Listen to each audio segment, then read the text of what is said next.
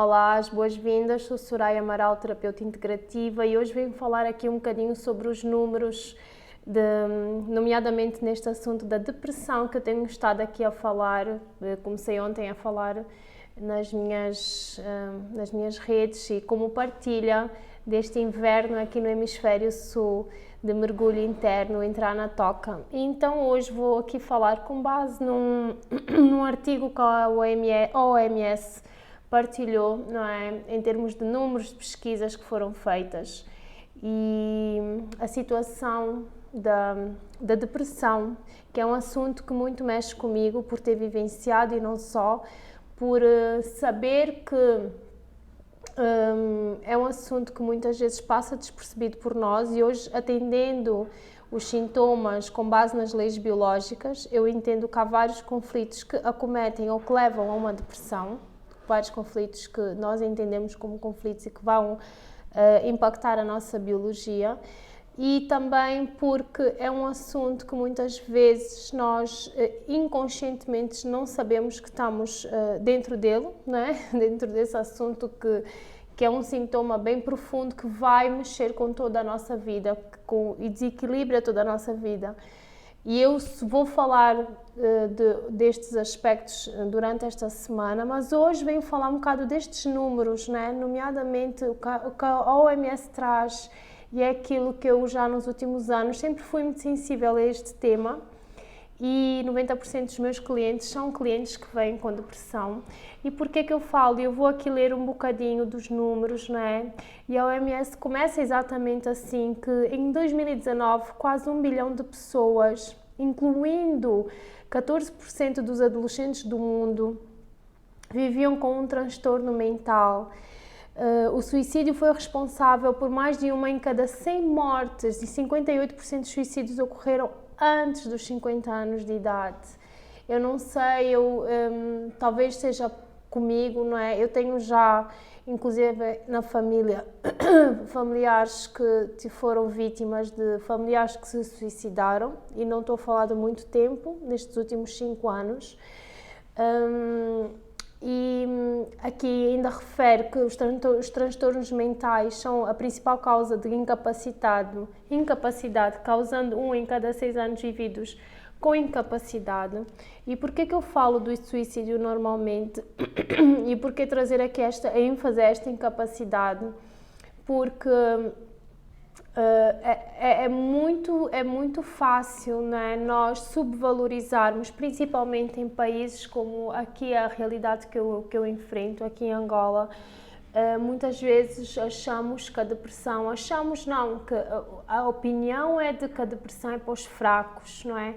Que nós não temos direito a estar como se que debilitados emocionalmente, e isso é algo que não é vantajoso para nós como seres humanos, porque leva a o limiar da pessoa não estar bem em depressão, e o cometer o suicídio é muito pequeno, muito pequeno.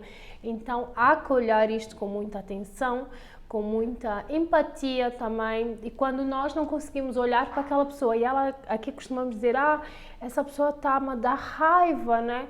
Porque há muita gente que não sabe o que é perceber, o que é olhar o outro, e o outro estar emocionalmente mais debilitado. São pessoas mais alegres, mais vivas. Se o outro não está naquele ponto, claro que lhe vai dar raiva o outro estar naquele ponto, né? Então, encaminhemos essas pessoas para alguém que possa saber lidar, olhar para esse assunto com melhor empatia e cuidado do que nós poderíamos olhar, não é? Porque também nem todos vão, principalmente quando são nossos familiares e nós temos algum entrosamento emocional, nem todos nós vamos saber lidar com aquela pessoa. Eu posso falar de mim mesma, né? Nós não temos obrigação de ter que abarcar todos e salvar todos, mas poder dizer, encaminhar aquela pessoa para alguém que a possa acolher, não é? E ajudar nesse momento de vida, ou se calhar já estar assim. Há pessoas que vivem uma vida em depressão, não é? E há que olhar para isso. Gostava também de dizer-vos que a OMS diz ainda que há uma discriminação e um estigma, não é? E violação também dos direitos humanos contra as pessoas com saúde mental, não é? E ainda há países que criminalizam a tentativa de suicídio. É grave porque o suicídio, dizem os entendidos, que em termos espirituais é a forma mais baixa, assim poderemos dizer, de nós podermos nos fazer honrar em termos de ter, ou seja, é a maior desonra perante a vida que um ser humano pode ter, por assim falar, não é? E o que eu gostaria de dizer também aqui, que o grande alerta aqui nestes dados é que após a pandemia a depressão e a ansiedade aumentaram mais de 25% apenas no primeiro ano da pandemia, que nós já estamos agora 2 anos pós-pandemia, 3 anos, não é? E que muito mais se levanta e se tem levantado, não é?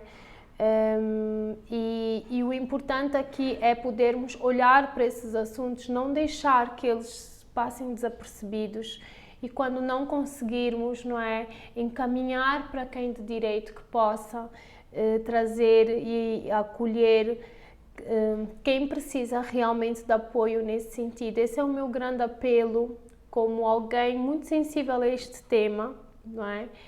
E pela minha própria fragilidade em relação ao mesmo, e como alguém que traz e encaminha e orienta pessoas, e eu tenho uma enorme empatia, não é?